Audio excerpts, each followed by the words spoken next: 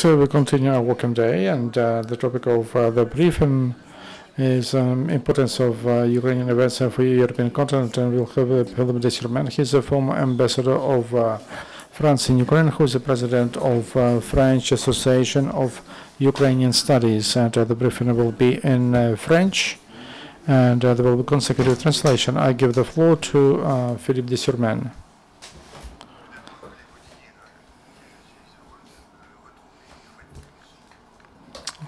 I would like to tell you how happy I am to work on Ukrainian. I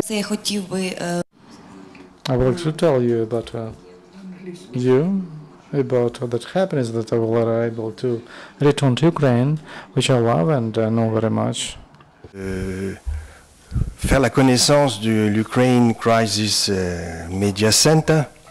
І також те задоволення. And also that pleasure which I have from meeting the team of Ukraine Crisis Center.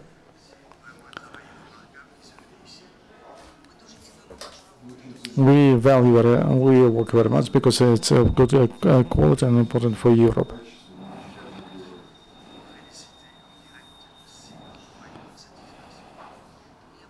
That's why I greet you. And it's a pleasure that I could do it during the briefing in real time.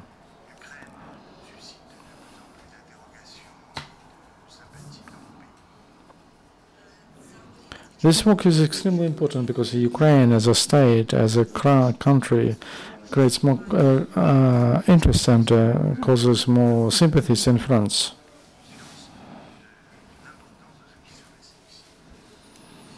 And it's true that it takes time to understand the importance of what is happening in Ukraine. In fact, this is about existential challenge. Of course, for Ukrainians, and of course for neighbors, Russia and Europe.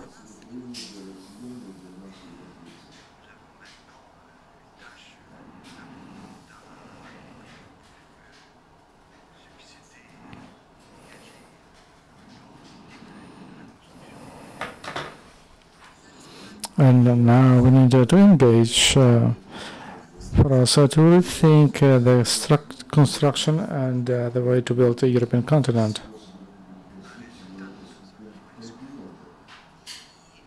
And the results of that will be unpredictable, quite possible.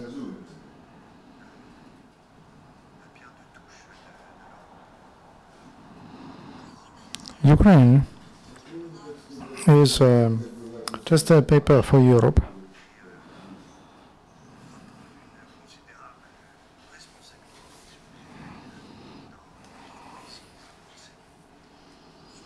And on Ukrainians, there is a big burden of responsibility of what is happening now in Europe.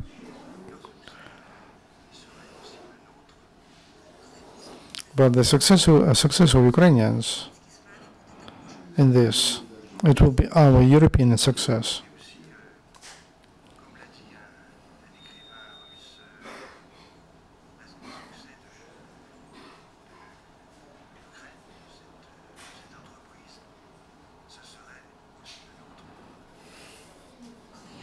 As one Russian writer told, the success of Ukraine will be also our Russian success.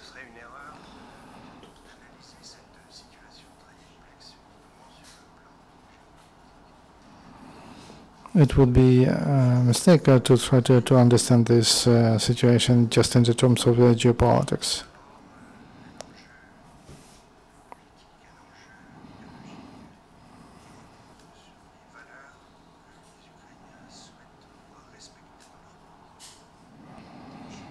Here, it's about politics, about values, all the struggle of Ukrainians, and all of that, which is very important.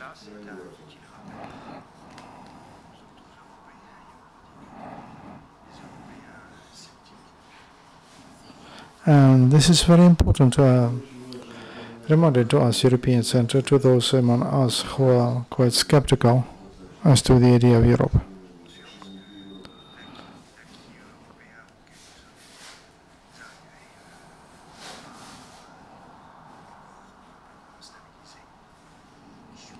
and that all European achievements of Europe as EU, they are not final. They should be achieved and fought for. And in this sense, Ukraine gave us a good lesson.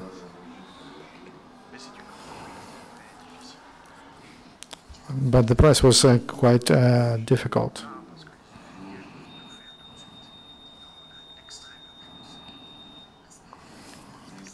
Difficult, first of all, for Ukrainians, because Ukrainians now have to do everything quickly and efficiently and right away.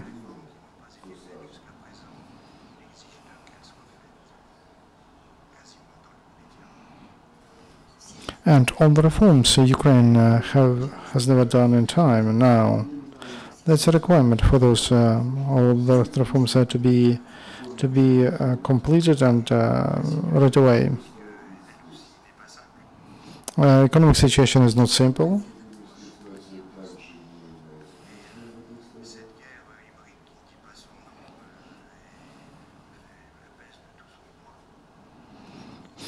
At the same time, the war in Ukraine, nobody calls war, it plays its role.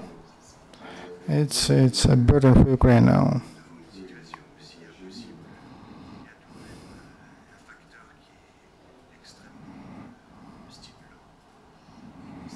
And all these are quite difficult situation they're stimulating. It's a vitality of civic society.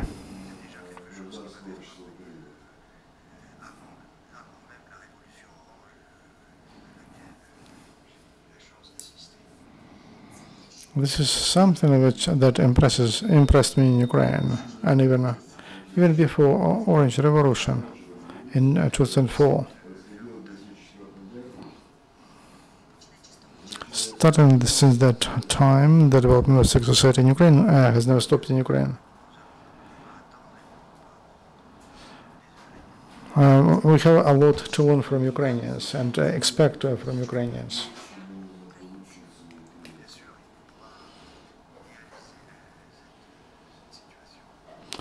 Of course, we should not idealize this situation.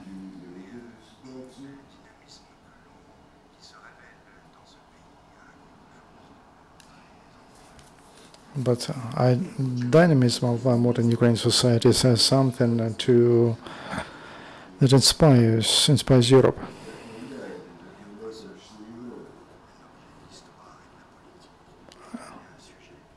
In Ukraine becomes a subject of history, an object of the history.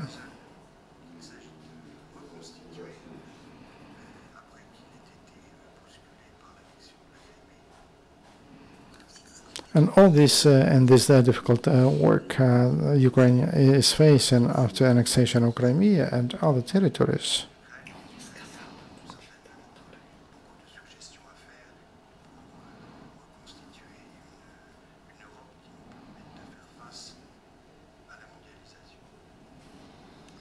Ukrainians now have enough of proposals for Europe and also experience that they can share with Europe to rethink future European continent.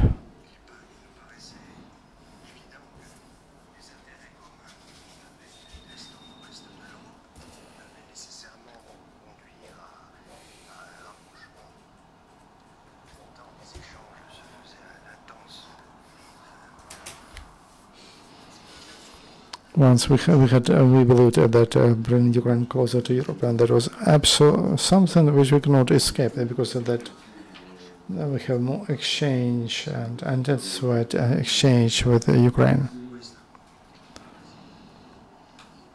At the same time, we saw that many Europeans in Eastern countries, they were quite passive and skeptical.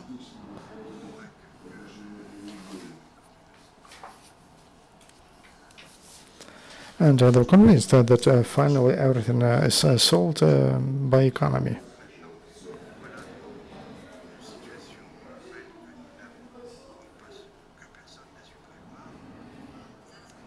Now we have an absolutely different situation. Nobody could predict it.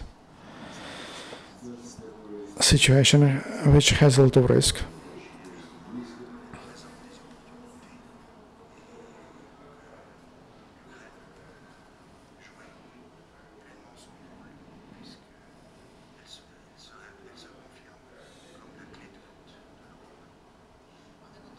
At the same time, it's in this under the situation, Ukraine has many opportunities to develop and to change Europe as such.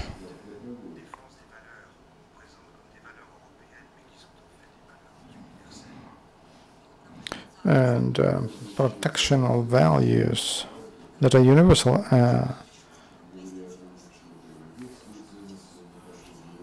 values, not just European.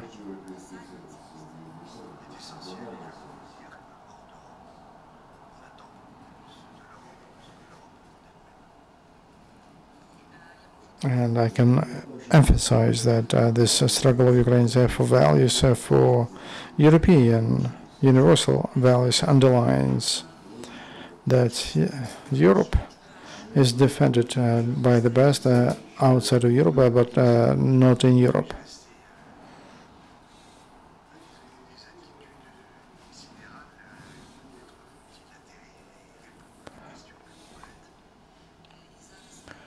And now, not for me, not to be very abstract and not to say many words. Maybe you have some questions.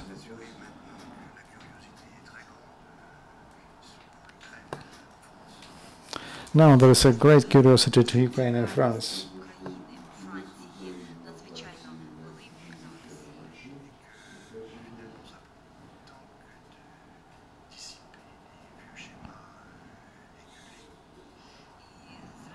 And it takes a lot of time to get rid of old schemes of understanding what is happening.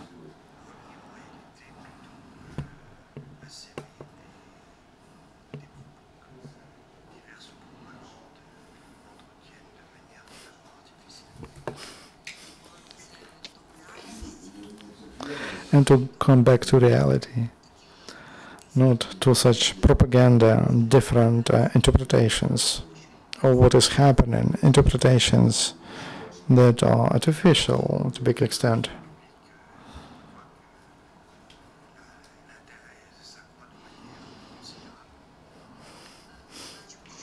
We see that public opinion in Europe is interested in Ukraine.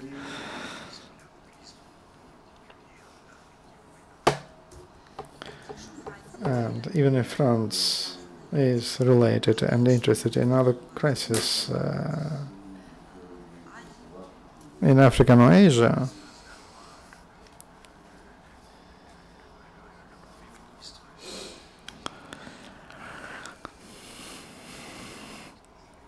the Prime Minister, the President, the Speaker of the Parliament,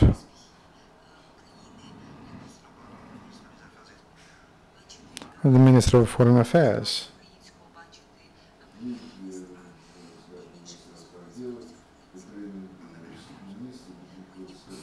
We have never seen people at such level. Colleagues, if you have any questions, you're welcome. Please ask. I will be translating them into French.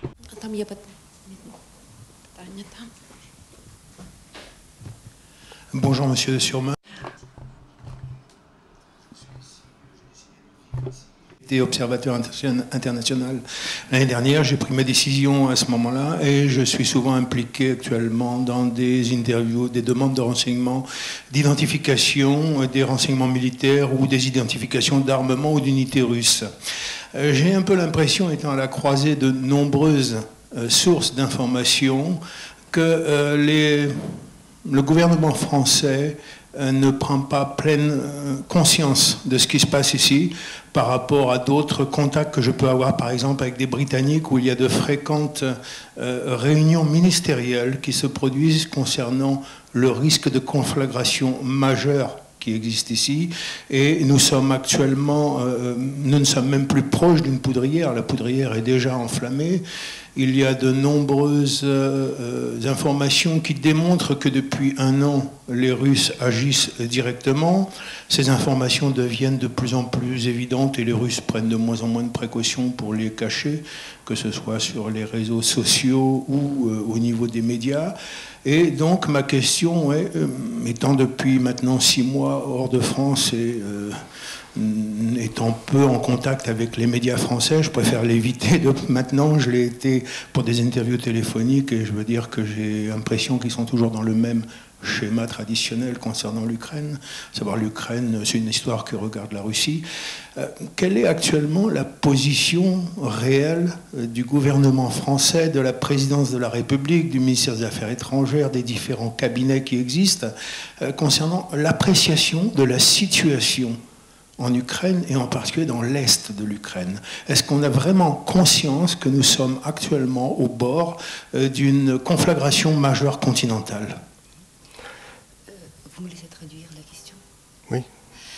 Отже, питання від Едмонда Юе, військового експерта, який вже 6 місяців перебуває в Україні. Питання дуже конкретне, яке... So the question is very specific from Edmond, who's the military correspondent that has been in Ukraine for 6 months. What is the official position of French government and the French authorities as to the situation in Ukraine? What are the terms of the situation and what are the ways of addressing it? Because Edmond has the impression that the French government, its position is not strong enough compared to the position of the British government. Je suis maintenant déjà un vieux retraité, donc je ne représente plus personne. I am now retired, I'm just a regular pension and I'm not representing French government. Lui doit mesurer ses propos parce que c'est la voix de la France.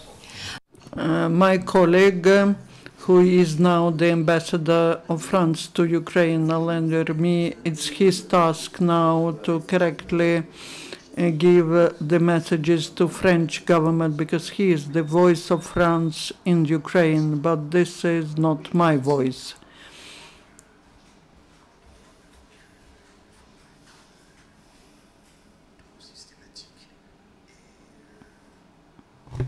Frappé de voir dans la presse britannique, et en particulier The Economist, beaucoup d'analystes se montrant très critiques vis-à-vis du gouvernement britannique, parce que justement, on ne le voit pas beaucoup sur les grandes crises mondiales. And at the same time, when we are talking about the perception of events in Ukraine and the British perception, I believe that you should be very systemic, like British, The Economist, which very often is criticizing the British government. Porte grande attention. But on the other hand, you're right. Yes, British are paying a lot of attention to Ukraine. Format de Normandie que l'on a beaucoup critiqué conduit Allemands et Français à beaucoup travailler ensemble, et en particulier la chancelière et le président français. But at the same time, Normandy format, which exists and which is very much criticized to a certain extent, it engages French and German in a different way than representatives of other European countries because they are involved into the negotiations, the Chancellor of Germany and the President of France.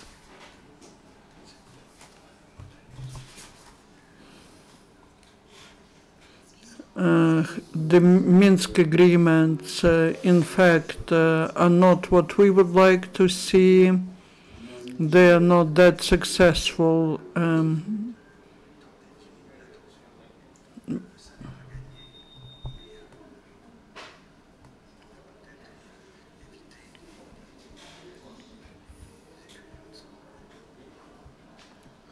But the objective of Minsk agreement was to reduce the tension, the pressure, and we can say with all reservations that thanks to Minsk agreements, we avoided big bloodshed.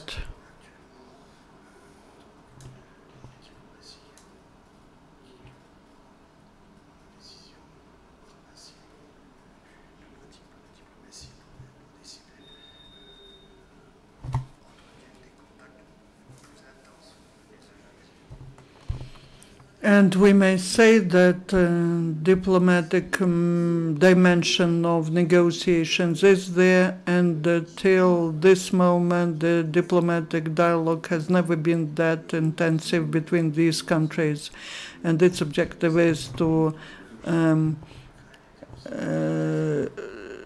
release the tension. Ukraine is a test for Russian regime, for the Kremlin.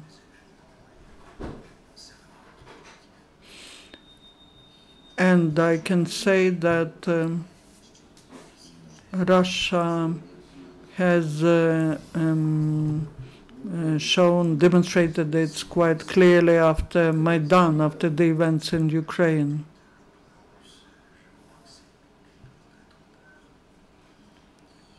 And the sociological survey, which are now taking place in Russia, and give the figures of very strong support to the current policy of the Kremlin by citizens of Russia, these figures are quite fearful. But at the same time, we shouldn't forget that in Russia there are people holding high positions in the state who ask questions about that, about the situation, who doubt whether the policy is correct one. And they're not just asking questions to themselves, but they ask questions to the authorities. The situation is, in fact, more unstable than it seems at the first glance.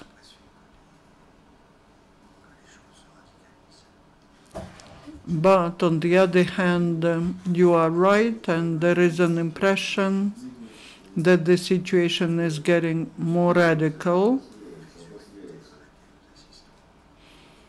And even if we take this humanitarian crisis, humanitarian disaster which is taking place in the east of Ukraine,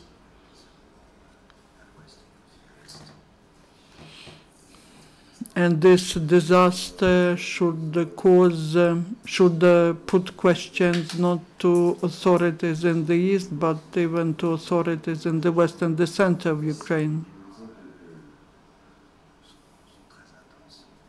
I understand that the discussions are very intense here.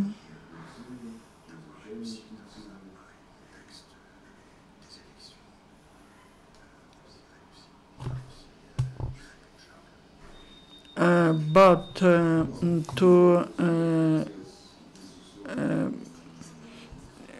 in such a difficult situation as it is before the elections, especially, to expect the success is probably not right, and the transformation of Ukraine into democratic type of a country, democratic type of a state,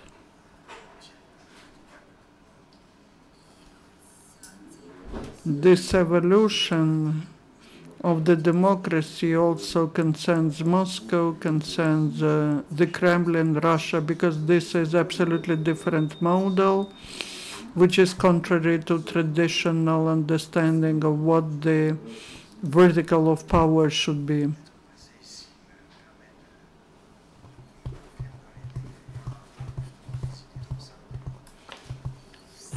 And though this situation again makes me believe that simple ideas are the ideas which simplify the situation, that the situation is extremely complicated and it's it is to be taken into account with all its nuances.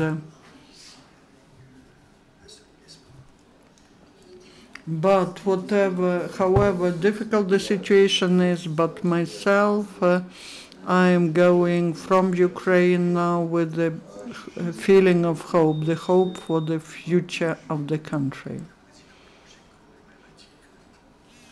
And the President Poroshenko many times told me that this conflict has no military resolution. This doesn't mean that we shouldn't be using weapons.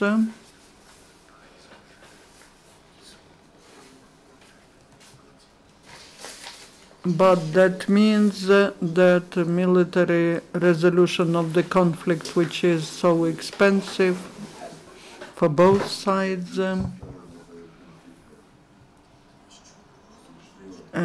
is impossible, and that the reason will win.